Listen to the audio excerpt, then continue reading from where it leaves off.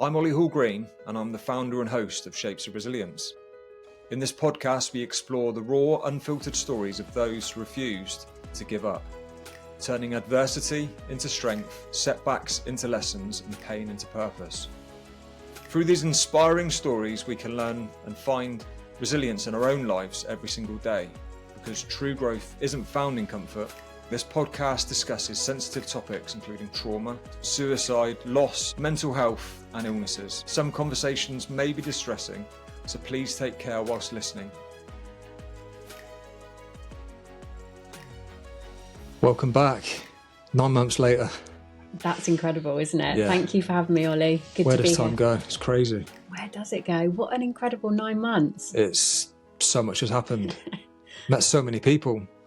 40 podcasts later, Wow. and I'm sat back in my garden room with yourself, which is amazing because we're going to be able to reflect on how far we've both come, what we've achieved, what we've learned, because it is, as we know from the conversation we had down on the beach 2 months ago, it's an ongoing process. Oh, yes. There is no destination. So today I'm joined once again by my good friend, Stella Grace. Stella went to school with me in the same year at school, same friendship groups, and then went off and did life and then reconnected a couple of years ago. And then when I started the podcast back in March this year, Stella was my first guest, which was amazing. Honoured. The feedback from that podcast was unbelievable. We spoke in that podcast about Stella's upbringing and her life, which, again, when I was at school, I had no idea that that was your childhood. And it was amazing to hear not only what you went through, but how you've navigated life since and how you're doing so well now and so well respected and just doing good things. And I can see even more now since the podcast that you mean well in everything you do.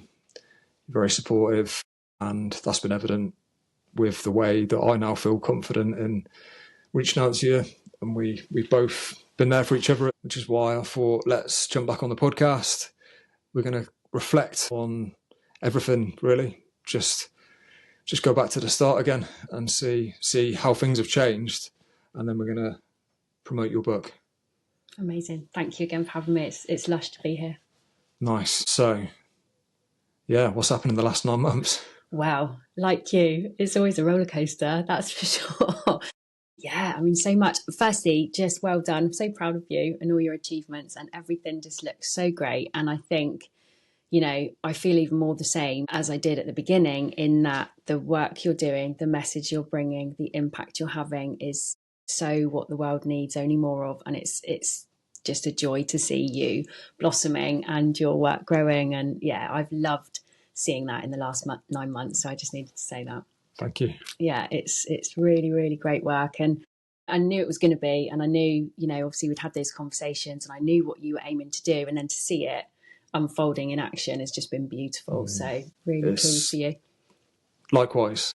And I think, I don't mean we massively set our intentions during the last podcast, but we spoke about some of the things we want to be achieving in our lives. And I spoke to someone else recently and they talked about vision boards. And although I didn't write it down or particularly tell anybody, I had a certain vision of what I was going to do, who I was going to connect with at different stages, and it's all happened.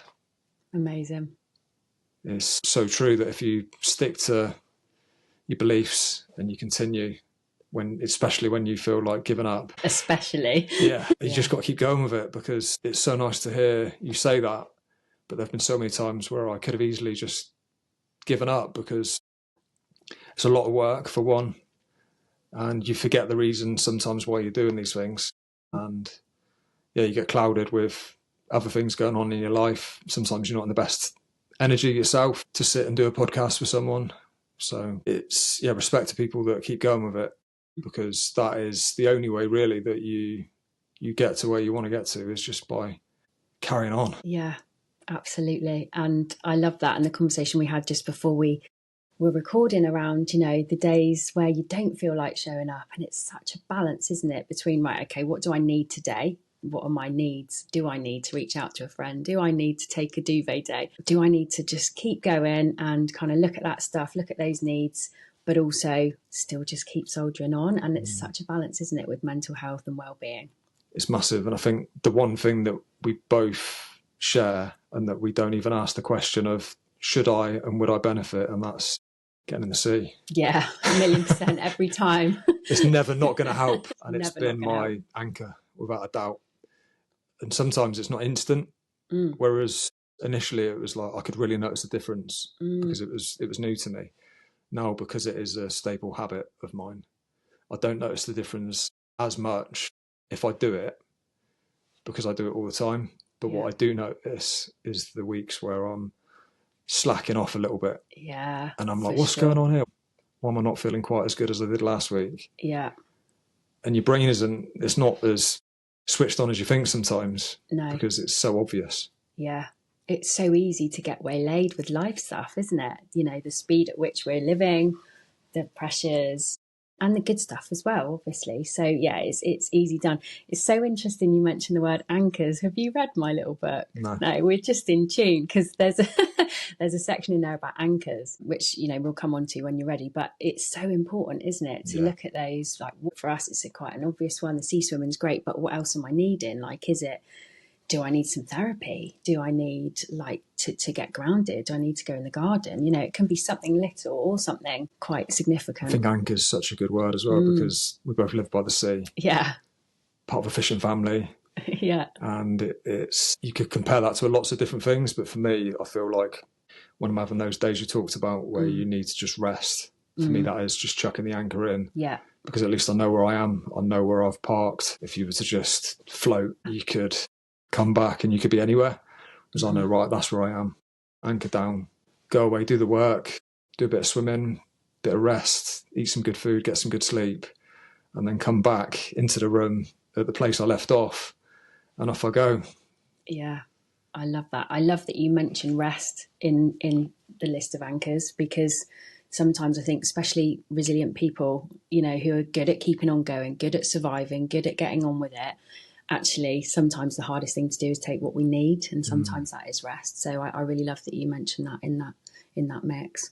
And that leads me to my anchor question that I didn't realise I had until I did a podcast with Laura last week. Okay. And it was a free-flowing conversation, and then midway through I asked her a question, and then when I came to edit the podcast yesterday, I found some short form bits, and there was this bit there. And I was like, and it was me asking her this question, and her answer was unbelievable. And I put it out as a short today. Okay. So the question I asked her that I'm going to ask you, and I'm going to continue to ask every guest I have, is the question I didn't know I needed in this podcast, because it makes it so relevant, not only to resilience, but to the person. Because if I was to ask, what do you see resilience as? Most people would probably give a similar answer. If I was to ask you, what has your journey taught you about resilience? Then it comes out in a completely different way. Yeah. So what has your journey taught you about resilience? It's taught me that I have been able to lean on myself to an unthinkable kind of capacity that I didn't know I had until I needed it.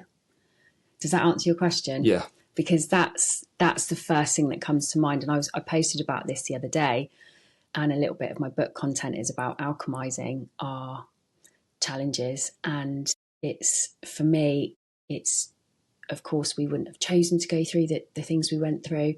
We wouldn't wish those things, you know, we wouldn't wish the traumas, but reflecting on them and looking at how we can alchemize them, which what I mean by that is finding the indirect gifts from them. And when I look back over the hardest times in life, and there's been some recent ones as well, it's not just the childhood stuff, but, you know, when adversity comes up, it's that digging deep that, you know, you don't know how strong you are until you have to be. And when I look back at some of the unthinkably hard times and how I've lent in, it's like, I know about myself that I can always do that if I need to. It's not that you'd want to have to do that, but actually looking back, unthinkable inner strength is something that I've noted about myself and gained, if you like, as an indirect gift from the challenges I've been through. I think a sense of humour is another one, like not sweating the small stuff was something else I was talking about the other day. And I think when you're touched so deeply by adversity and you have to lean in to such an extent,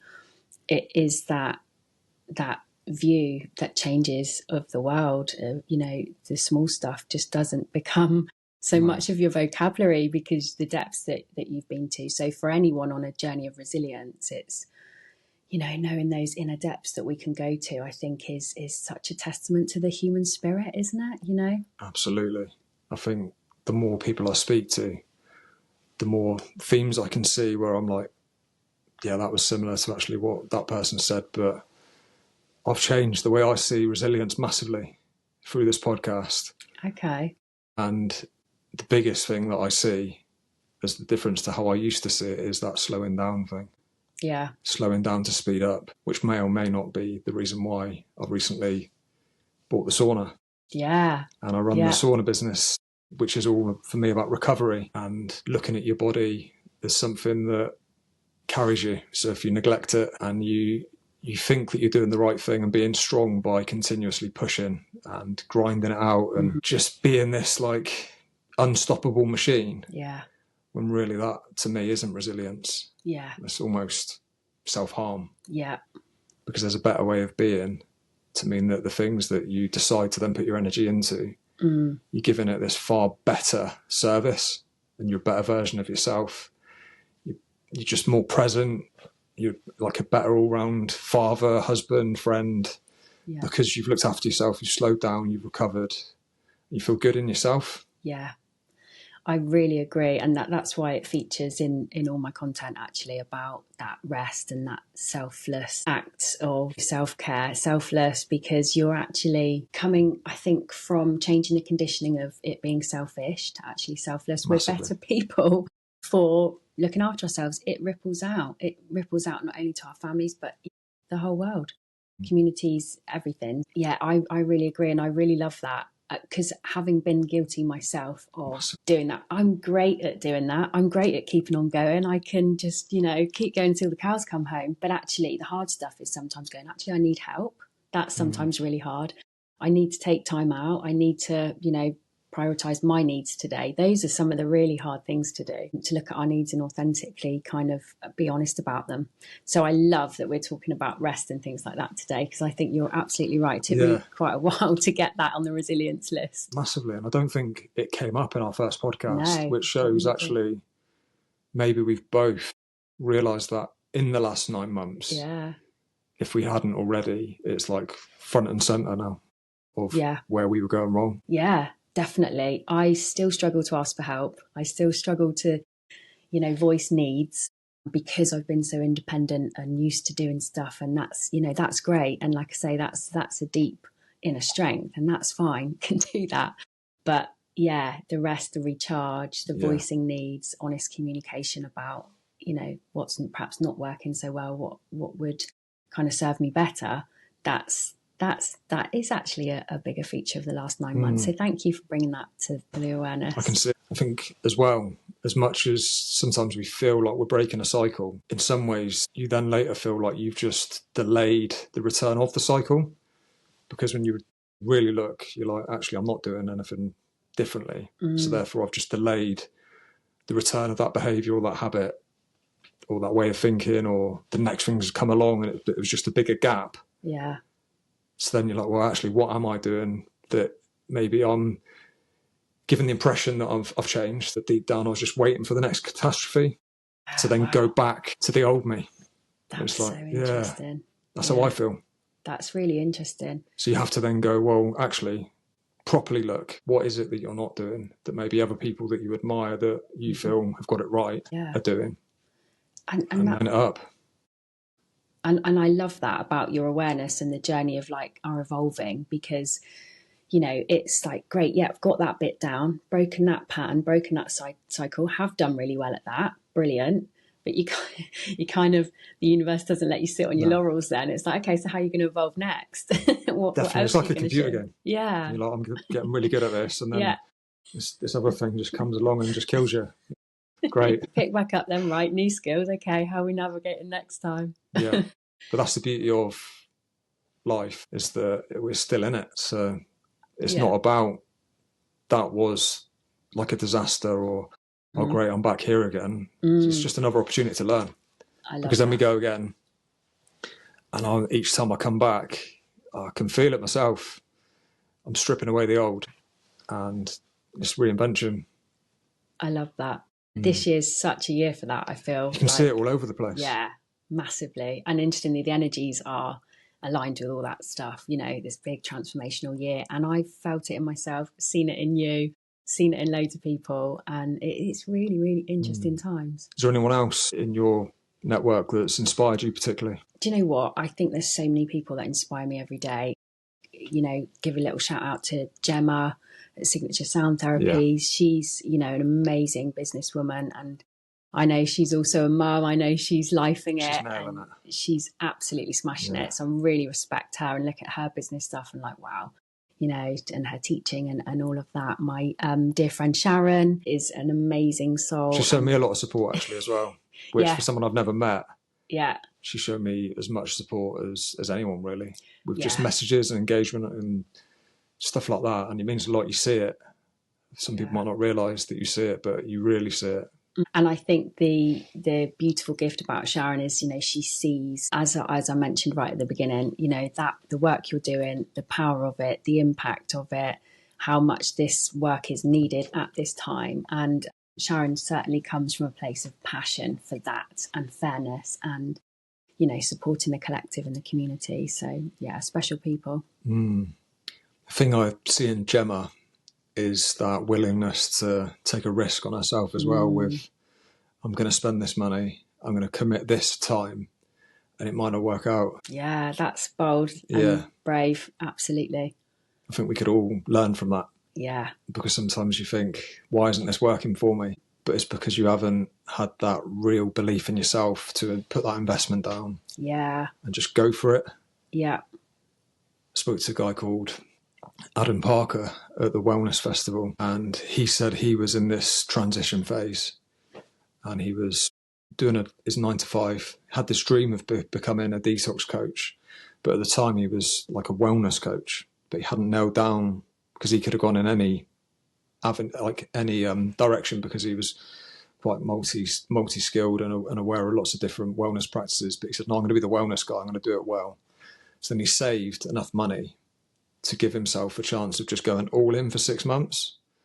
And then in that 6 months, he had no choice but to go, like, completely go head into it. And now he's absolutely smashing it, like, worldwide, going to events all over the world, making some big money, but doing what he loves and what he's so passionate about. I've seen him stood up on the stage, and I had him on the podcast, and such a knowledgeable, like, charming bloke.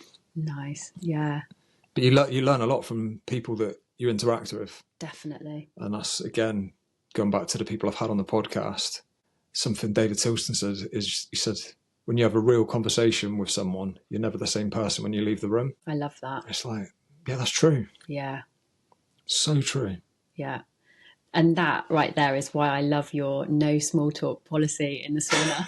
Yes, I'm here for that. These meaningful conversations, it's where it's at. And you guys put that, you really went for that, because I was kind of half joking, but I knew because of the group you had with Leanne and the others and Phil, I said, yeah, no small talk. And then when I came in to put some wood on the fire and heard what you were talking about, I was like, blimey. Yeah, fair play. Yeah. But again, it's so nice seeing people immerse themselves in the sauna. Yeah. Because I think people sometimes think, oh, I've been to a sauna down at the leisure centre, and it's not the same. No, it's just not the same. The heat of the wood and the enclosed little, like, private horse box with the window looking out to the sea, and then the cold plungers sat up looking out at the ocean. It's everything I wanted it to be. I can't wait. I've got it open tonight. I'm coming. I know, yeah. I'm booked in. I cannot wait. Yeah. It's my self-care. I think you've got it to yourself as well. Oh, yes. Yeah, which is, there's nothing better. Like, I have it. I get it open an hour before business opens, and I spend the hour on my own down there or with a friend. Yeah. And it's the best. That is amazing. Because it's just complete silence. Yeah. And I've got like a proper ritual where I go cold first.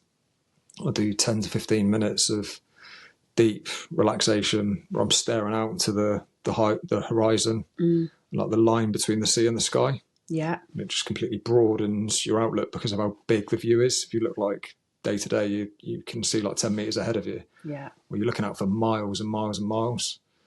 And then you might just get a few like gannets doing some deep dives, or someone saw some dolphins. So I'm constantly thinking, oh, I wish I could see some dolphins. But at the same time, I'm doing the vagal nerve humming and just proper. Yeah. Like if anyone was to see, they'd probably section me. But we know this stuff works. I know it works because I'm finding myself more and more now. I want to know as much as there is to know about the benefits of sauna and these little additions. And me and my friend were even in there the other day, like fanning each other after you put the eucalyptus water on, because it gives this extra layer to the heat. Yeah. I love that. And that's the thing, like I really like to know small talk policy because it's super fun in a group. Like I love coming with a group, but I also, for me today, is one of my anchors is coming to that sauna tonight, because I need to reset my nervous system and just relax. And you'll get a completely different experience from being on your own. There's nothing else like it. Yeah, I can't wait. Because what happens is, and each time I've gone in the cold, and I'm going to get you doing the cold first, because if you go in the heat first and then you go to the cold, then it's quite nice because your body's hot. So you go cold first, you get that element of, I don't really want to do that. So again, then straight away you're expanding yourself. Yeah. And you're like, yeah, actually, no, I'm glad I did that. So you little reward. But you're also, I feel the cold after 5 to 10 minutes it's literally just completely washing away any troubles, and it's turning any of my problems, and now I can feel them turning into like solutions or lessons, and then I become grateful. That's the biggest thing I feel when I'm in the water for a certain amount of time. All of a sudden I feel grateful, and I find myself laughing, crying. Yeah. But it's when I'm on my own. Yeah. It's a big shift, isn't it? Yeah, I'm looking forward to seeing your experience tonight.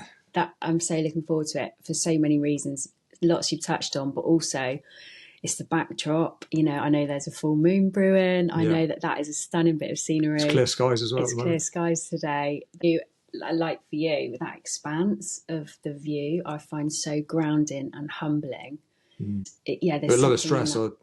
Literally from the conversation I had with Oliver Patrick, the physiologist, and he explained the benefits behind it. And we know there's science behind it, but again, I want to understand these things so I can pass it on. And it is that expansion of your view lowers cortisol. It makes so much sense, doesn't it? I love that there's, a mental and emotional benefit, but it's also physiological as well. Massively. I love that. And I felt that, we're like, we can feel it. And then to understand it gives that extra layer of like, yes, I love that. I can feel my nervous system is changed already because I'm doing it twice a week. That's amazing. I feel calm. Yeah. And even I've had feedback from people that there's calm there, which can only be a good thing. So good. I don't want to keep going and become like horizontal. It's like when nothing troubles me. Where's Olly's dynamic energy gone? But we wouldn't recognise you. No. So, the book. Yeah, exciting. Yeah. Again, that's testament to your resilience and grit and grace. Because it is a journey. Yeah. And it's seeing you from where you were posting and you're in the journey of it to now have it as something that you can now look at as a product of your hard work. Yeah. But also your journey. Yeah. It's incredible. So well done. Thank you. Yeah, really proud of you. I really appreciate that. And it has been such a journey. It is an amazing feeling to have a little piece of my work in the world. It feels pretty wild still. It came out in September and it's still really humbling because it's still such a journey. So what I mean by that is everything takes longer than I think it's going to. And part of that is like my excitement and my enthusiasm and my work. I'm like, yeah, I can get this. I can get the full book out in like spring 2026 late. But actually, life does what life does and it doesn't always work on the timeline that I want it to. And that's really good learning for me. That's been another thing I've taken from the last 9 months. It's all good. I'm happy to come in with a timeline and an intention, that vision board stuff. But actually there's been learning in when it hasn't gone the way I've kind of thought it's going to go. So to have something out is incredible. It's a snippet really of the full book, but it's amazing to have something out. So it's got a lot of tools in there. It's got it's got some of the first part of the 3 stages of the From Grit to Great Grace process. So it's lovely to have it out, and it's really helpful for people with wellness tips, the anchors that we kind of touched on. There's a few of our anchors in there and loads of others. And yeah, it's just really nice to have something out in the world of the sneak peek of the full book, as well as a little sample of the Oracle deck. Probably the Oracle deck's coming next in the journey. I had a bit of advice from those in the know in the industry, and they recommended to get the Oracle deck out next, and then that leads into the full book. So it's still on the journey, but it's nice to have a physical item here. So yeah, feeling really blessed. The times where you wanted to give up? Yeah, absolutely. Yeah, but was never an option. No. Felt like it, but would never do it. You feel like you were in a big internal battle? Yeah, 1,000,000%, because, you know, the writing of a book itself, you know, the book is now finished, but in the editing stage.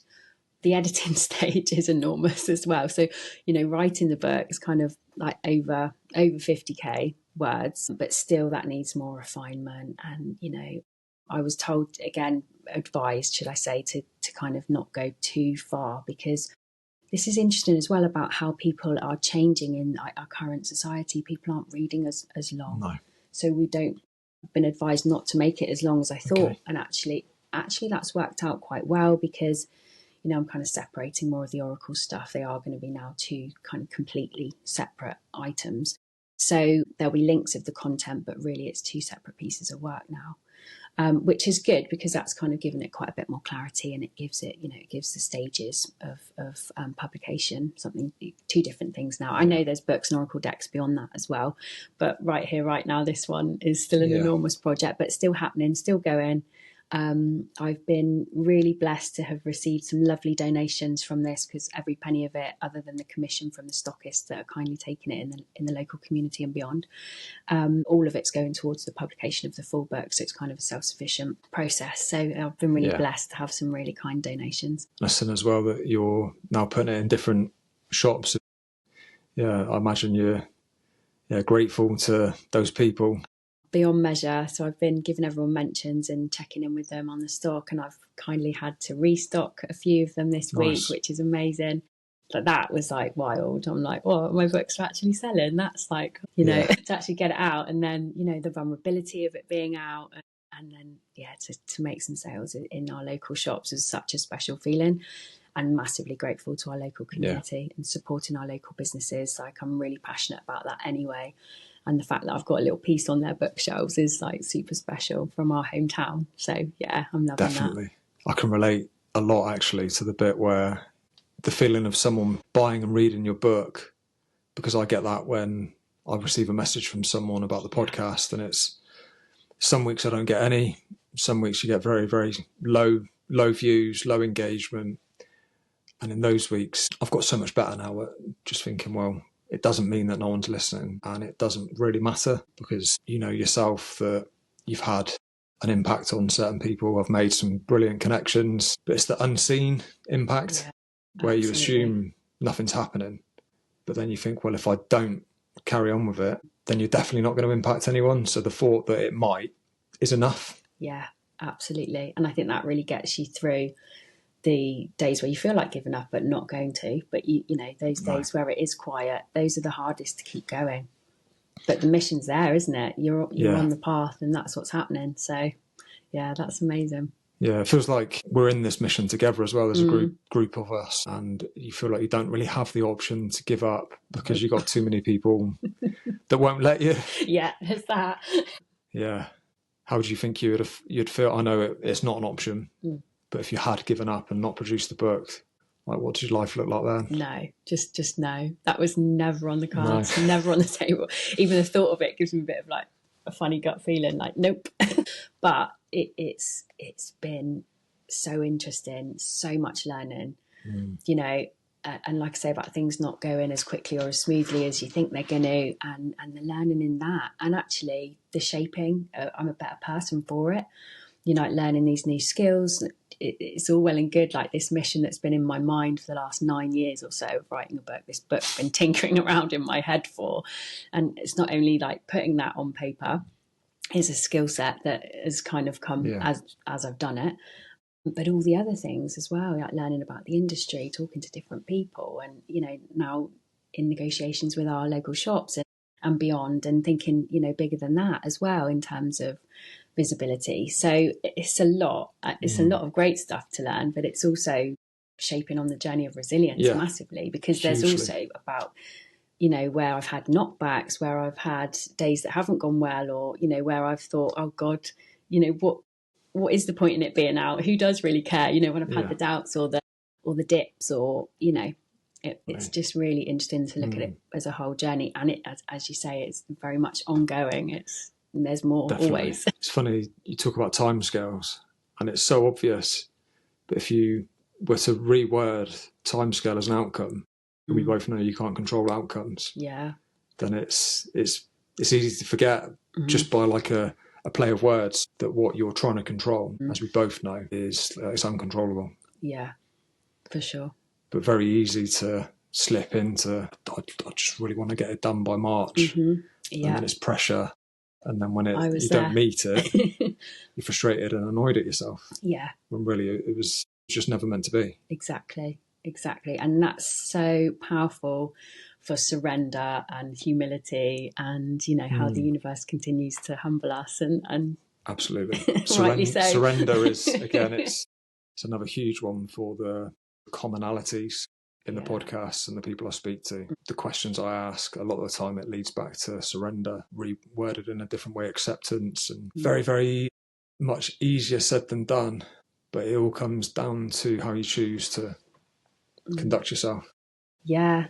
I love that you just rounded it to that point of conduct yourself, because as you were talking, I was thinking about, you know, radical self-acceptance, how when we've been through stuff, or when we've, you know, become self-aware and reflective, and we look at our own self and can still like the parts that, you know, or at the very least accept the parts that we maybe like the least. I think sometimes as well, when you haven't completely accepted it or surrendered to it, but you make yourself act like the person that has, then you do. Yeah. You like follow the path that you're forcing yourself to take, and you fall in line. Yeah. That's been a big one. That is big. Like, makes me smile. Yeah, because actually you can lead yourself down the path you're trying to go, because you're like, no, I'm angry. I'm going to let that emotion dictate my next move. And you're like, no, I don't care how angry you are, because anger is very, very strong. It's actually probably the strongest emotion, and it will lead you down the path you don't want to be going down without you even knowing. So to then return to like this other emotion and let that take control when it's not the emotion you're feeling is very, very difficult. It really is. And it requires that skill, again, of learning. We don't always feel ready for it, showing up before we're ready with the path or the person that we want to be, or the version of ourselves that we're moving into, showing, as you say, showing up for it first before we feel ready or equipped. It's massive. There's proof there. For me, I know the proof is there. On the previous occasions, I've made myself do that. When I get there, I'm absolutely buzzing. I'm like, thank you, old me, for doing that, because future me is very grateful. Yeah. I love that. I think gratitude's huge. And if you can, you know, continue to gift yourself with that, it's incredibly powerful, isn't it? Yeah. There's a music artist called Ren who makes some very dark music, but he's got these alter egos, and he openly suffers with mental health. But he plays on that, and he puts the music out there, and then all of a sudden he flips into bad Ren that's doing and saying bad things, and then flips into good Ren who's aware of it. And that's, for me, that's like the extreme version of, but openly, like probably like what we all go through to a certain level. Very, very clever with how he does it. That's really interesting, and that's really powerful for our young people and our, you know, our mainstream culture at the moment. That and really positive.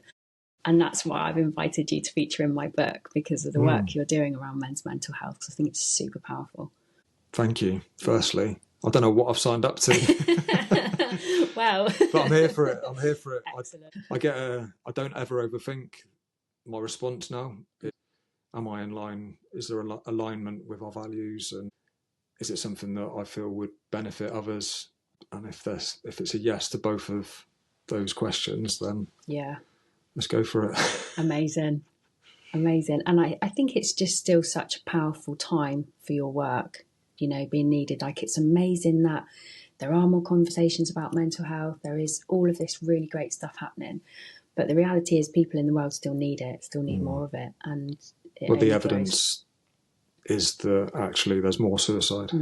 I think that's... And I'm not saying that that's based on statistics or I've studied it, but from what I can see is something to me is never been more of a problem. Yeah, I hear you. It's a concern for our, you know, culture, families. We're bringing up kids in this day and age. You know, it's a lot to contend with, all of the stuff that we didn't have going on, like social media in itself. And we could spend ages talking down those rabbit holes, but there's a lot going on for people, isn't there? And I think it's really, really powerful. People are scared to be truly honest, I think. And there's so many different ways of looking at the way men should and could talk about their mental health. And there's so much contradiction out there as well. And I don't necessarily feel I have an answer. And I think that's where people sometimes go wrong, is they feel that they have found the solution. Yeah.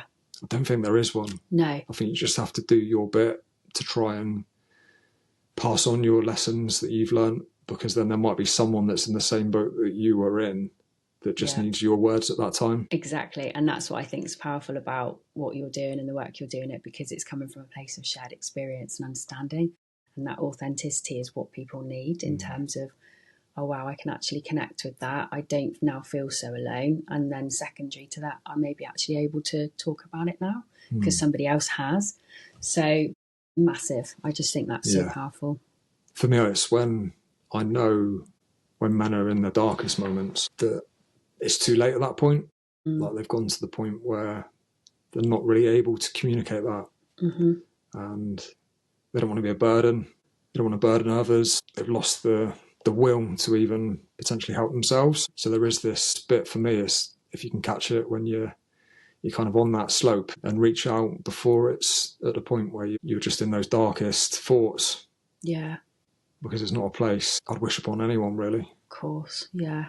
Is there, like, if you don't mind me asking, is there like a toolkit or a model or a process you would kind of liken it to at different points on both the hopefully preventing that dark place that you mentioned, and or is there something that you would suggest for if someone already was in that dark place, in two different kind of angles? I think it's just trying your hardest to rationalise your thoughts and surround yourself with the people that you know are going to bring you up. Massive. I think it's a far more simple process than it appears. And these little things, like just getting outside in nature and spending time with your loved ones, that's it for me. It's like, whenever I do those things, I feel better, no matter how much of a dark hole I've got myself into. But sometimes it is a case of not trying to distract yourself as well, because that's something that is only going to temporarily like solve your problem. Yeah. You're not going to keep busy. You're going to go and do something that's going to distract me and put me in a better mood, but then you've delayed tackling whatever it is that is the reason. I hear you. Yeah, there's a world full of distraction methods out there, isn't there? Yeah. Yeah, it's such a hard topic because it's, again, I am still a man that doesn't necessarily always feel like they want to burden others or come across in a way where you're being negative. Yeah. Which is that taboo topic of sometimes people don't want to hear it. Yeah. Because it's like, how do you talk about that thing without potentially bringing someone's mood down, which is like the opposite of what you're trying to achieve. It is a complex topic. Yeah. And that's why I think it's so powerful that you're talking about it. Yeah, it's not easy. No. All of a sudden the podcast has gone from like easy to like out of my comfort zone. Yeah. Which is good because it shows me where there is work to do, and certain conversations I find easier than others. And it's hard for me to be completely open without going into specific details, which I'm not necessarily able to do. Yeah, but what you do share, and I've seen obviously a lot of your content and how vulnerable you can be and how powerful that is for others. And when I think about, our young people and what's out there, that again, how important your content is. Yeah, I love the thought of helping someone in the darkest moments. And I've had messages from people to show me that is the case. Yeah. And to me, that hits me straight away. Oh, wow. Because that's what I'm looking for when I'm feeling down, is I'm looking for that thing to resonate and for someone to understand how I feel. Yeah. So for me to go, I understand how you feel, because I felt like that myself. Yeah. But it's not forever. That's the hard bit, is when you're in those moments, like remembering that this too shall pass. And even sometimes when people, I reach out to someone and they might say, oh, come on, you know this, you've had people on your podcast, you know this too shall pass. It's like, yeah, but I don't want to hear that right now. Yeah. It's not how I feel right now. No. It hasn't passed. I know it will, but it doesn't help me right now. And I probably shouldn't try and make it pass if I'm still sat in it, because that acceptance of I feel sad or angry or whatever, that's how you're meant to feel right now, because you're going through something, or you're reacting, responding, dealing with something, which again is another little lesson I've learned in the last 9 months, is accepting the situation and your emotions is key. But then it's also, even if you're resisting both of those things, like, it's also accepting that. Yeah. That was like a little, because you don't even know you're doing it then, but you're like, I'm not happy with that, but I'm okay, I'm not happy. Yeah, powerful. That shifted it for me. That's really interesting. I love how you talk about emotions and accepting the emotions. So I think that in itself is really powerful. It's actually in my book as well, about, emotions want to be felt and processed and released through the body. That's a healthy healing response. And it's when we stuff down or suppress or distract, as you mentioned, that's when we leave it in there longer and it will do more damage. And that's the thing that, again, I feel is still a massive issue. And as you've touched on as well, being the issue more so for men, to not be as comfortable to express and feel and release those emotions. I mean, I don't always feel easy to, as someone who's quite independent and doesn't want to always feel vulnerable. It's, it's hard. Do you feel like part of that is because of when we were younger, a lot of your friendship group were like males, so you probably spent quite a lot of your life surrounded by men as friends, so therefore some of your traits maybe, and the way you feel happy to open up and talk about your experiences and your mental health is potentially partly similar to the way like a man would. Yeah, I think that's absolutely key and massive. And I think also through a lot of years in survival mode, I kind of have led from my masculine energy rather than my feminine energy. Like, as in, providing, striving, doing, achieving, those things are kind of come easier to me in just keep going in survival mode. Just keep going. I can do that. That's what I'm strong at. Not so much have I been strong at, okay, what do I need?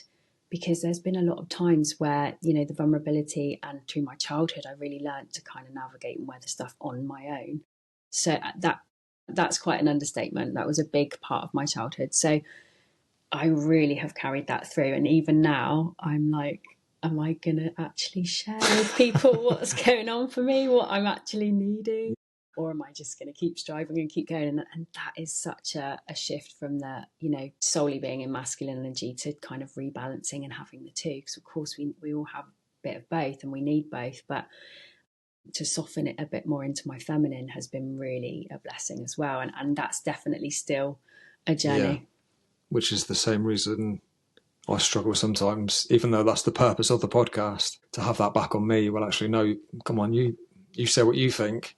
Yeah. So no, but I'm the host. I just ask other people what they think. Sorry, I couldn't help. No, I like it. I like it. It's what I'm here for. It's what I'm here Brilliant. For. It made me think, definitely. But you also don't want to butcher it. Yeah. You're like, there's something in there, and you don't want it to not come out in the way that you're intending. Yeah. There's a lot in there. There's so much that I haven't unpacked or processed because it's ongoing. I'm just constantly looking at learning, and it feels like I've learned almost too much in the last year through the podcast and the people I've connected with and the things I'm interested in learning, the podcasts I listen to, and people like mentors that I respect and admire and want to learn from. I don't think I've quite put it all together and sat there with it all. Yeah. Well, do you know what? I also think that's really powerful and beautiful what you're saying for other people as well as a message, because I think there's such a lot out there, especially on social media, about being sorted, being healed, like we're all right once we're done, once we've got through that issue. And actually, it's so lifelong. And, we might be reprocessing on one, just to throw an example out there, one childhood trauma, for example, hypothetically speaking, we might be processing that for life in different ways with a different layer of wisdom to bring to it each time. So to tell people the message that we're always ongoing and healing and learning and growing, I think is so powerful for people, because we can look at social media and go, oh, they're so sorted, I wish I was there. And actually there's a story behind every picture. There's, adversity being dealt with and alchemized and navigated behind every picture, isn't there? So we're all kind of in it together from that respect. But I don't think the message is out there enough that we're all in it together. No. So I always look for the proof. It's like I'm not as interested in what someone says or what they teach or what I've learned. I want the proof.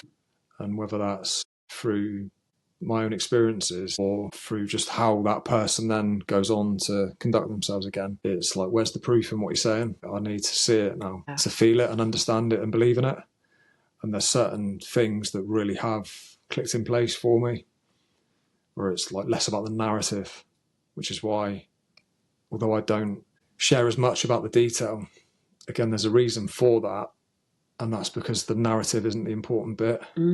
I agree. And when I go to my therapy sessions with my therapist, again, he's not particularly interested in the story, because we could spend the whole session me telling him, oh, and this happened and then that happened, and I can see it in other people when they're sharing with me why they're feeling a bit down. And it's like they're trying to get to the point where they've added another bit to the story for me to go, oh yeah, that must be hard actually, you must be feeling really sad, or which is absolutely fine. They're reacting to the external things that are happening, but it's that self-talk around, this is just another thing, trying to convince me to change my narrative. And if you can control that, then that for me is when things don't get to me. Yeah, powerful. Yeah, that's really special for people to hear. I don't even know if it makes sense, but I think it does. I mean, the fact that you are openly talking about having therapy, I think is magical in itself. It's in there as an anchor. And I think, I think gone are the days where we're sort of seeing therapy as something that's like a last resort, or something that, oh God, do I have to go and do that? It's like, that's actually a really great resource, so that in itself, I think, to make those kind of support areas more accessible is really powerful. Absolutely. And the cool thing is with the relationship I have with my therapist is that I've had 4 sessions with him over the last 18 months, and I know I could have more if I needed to, but at the same time I don't want to take up his time if there's someone else that's more needing of it. So what happens is he might message me every month or every couple of months, just, how you doing? And I know that he's using my response to gauge whether I'm like a priority for someone that he needs to get a session with as soon as possible. Yeah. Because if I come back and say, yeah, I'm all good, like on top of things, of practicing what you helped me with last time, I'm in a good place, and he gets a message from someone else saying I'm on a dip, then it's right that he sees that person, not me, as opposed to just me having this personal therapist that I can just use and abuse and see all the time. So I think that's why it works. I think that's why Rock to Recovery works so well, is that they don't have this 6 session and hit and run thing. Yeah. It's an ongoing relationship. That's so powerful as well, isn't it? In terms of how services work and how actually approachable and accessible they are. It's life-changing. Yeah, that's incredible. It is, because that he cares, and the people around him care. It's not just the therapist, it's the people organising the sessions, and in the back office, like, they're messaging as well, like, how are you, how was the session? And they mean it. It's like, it means, like, I've got a support network around me already, but for me that still helps. So for people that haven't got anyone around them, to have that's saving their life. Massive. Yeah, absolutely. Huge. We've covered quite a lot today. Yeah. Oh wow. So, wow. That was wild in a really good way. Are you happy with it? I'm cool. Yeah. There's something else I wanted to touch on. That was it. So going back to my vision board. Yeah. There's certain people that are quite high profile, people that are in the public eye, that have shown me a lot of support since we started. Okay. There's a handful. And I'm very, very grateful to those people because they must get so many messages, but for whatever reason, they've like responded to my messages or just shown me a bit of support, liked my posts, commented, little messages here and there. And one of those people is Scott Thomas. He's put out a message today. He does a podcast with his two brothers, Ryan and Adam, and they have got a podcast. Ryan and Adam, the TV presenters. Scott was on Love Island. Okay. And I followed him from when he was on like the first Love Island, right back at the start, and he's recently done the All Stars one. And it's amazing to see the change in him. And he's been on a similar journey where he's recently been to a Joe Dispenza retreat over in America. And he speaks in such a like open way about what he feels. And I can see there's lots of similarities there. And anyway, they've put out an invite for one person to join them on their podcast. And all they have to do is to apply is to record a short video and put it on your story and say, I want to come on your podcast for these reasons. I'm putting it on this podcast as like, I'm setting my intention there because I feel like they have this really cool balance because they don't want it to be this polished podcast like other celebrities do. They're three brothers. They rip each other. They have a good laugh. Love it. They're funny, but they also go deep, and they allow Scott to explore his journey as well. And he speaks very similar to how we're speaking here, where he's interested in that same stuff. Yeah. He's on his own journey, and the transformation in him is unbelievable. So I'm thinking, yeah, I'd like to go and do that. Do it. And it's similar to those feelings I've had where I've gone and met Olly Hall-Green and had a podcast with him in a field and gone to the retreat and had podcasts with people. That would be cool. It Really would put me cool. massively out of my comfort zone. Can see you there. But I feel like I could help them to have those conversations that we've just had there. Yeah. Because I'll just be open. I can just be open. Yeah. That's all I can do is be open. Do it. And say, I want to come on your podcast. Go for it. I've been working with this practice lately of one bold move every day, one bold decision every day. And that could be your bold move today. Yeah. It's a good one. Because I've kind of been delaying that whole going on other people's podcasts because I don't necessarily want to go on there and do the whole life story thing. Yeah. I don't think that's what they're after. No. I think they just want someone to come on and just have a conversation about something. And for me, potentially that something could be men's mental health. Yeah. Amazing. And isn't it so encouraging that as much as we've talked about the challenges that we're up against, that society's up against and men are up against with mental health, that's so encouraging that there's that mainstream element, you know, people in the mainstream element and those kind of worlds having these conversations. That really inspires I think so. me. And for me, it's, well, what's the reason you want to come on the podcast? And it's because I want to help more people. I've got this podcast. I don't feel like it reaches enough people. So therefore, my offering is to come on and share more of the same, get the message out there in my authentic way. Yeah. And do it using your platform, but also meet you. And I feel like I could have a good crack as well. And there's a bit of banter there, which I'm all for it. Yeah. And I just think they're top guys. Amazing. Well, I look forward to seeing that episode. I mean, potentially I could just snip this part of the podcast out and put that on. Potentially. Options are there. Options. So what's your next bold move? My next bold move, I've got some more stockists to approach for selling my book. And whilst we're talking openly, I'll put it out there. I'm going to approach Waterstones as well, which is a big one. And yeah, get the Oracle deck out. But bold move is more visibility with the book. And that's something that I can dip in and out of with my comfort zone. You know, if someone perhaps looked at my social media, they might think I was really comfortable with it, but it's not. Some days I'm not like that. So that's usually a bold move, is being visible, which is kind of key for the work we're doing, but not always easy. Sometimes you think, why isn't it happening for me? Yeah. Oh yes, because I forgot to be consistent with the visibility. And even thinking of not thinking, but what shall I post? What shall I say? Something different this time, and, you know, keeping it fresh, but also keeping it real. Always. So what would happen if 16-year-old Stella read that book? Wow. Bless. 16-year-old Stella. Oh my goodness.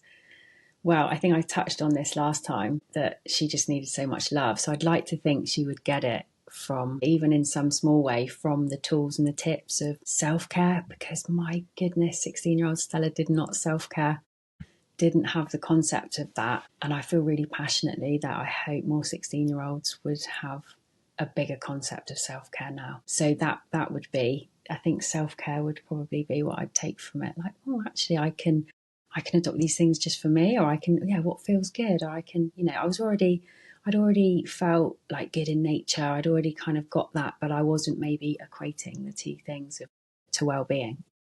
So it wasn't a thing back then. It wasn't a thing, no. Was it? No, I just loved it, but didn't use it medicinally no. like I do now. So so I think that the concept of self-care would be what I'd take from my book now. That's a really interesting question. Beautiful. Yeah. Well, thank you. Thank you so much for joining me again today. That was an unbelievable conversation. Thank you so much for having me. I've loved it as well. Yeah. No, and I've got no doubt we'll probably do another one at some point. We probably in another will. 9 months. See where we're at then. Yeah. All right. Well, thank you once again. And I look forward to seeing you submerge yourself in the cold before the sauna. Yes. Can't wait for my self-care later. Yeah, thank you. And thanks so much for having me again, Olly. I really appreciate it. Amazing. Wow.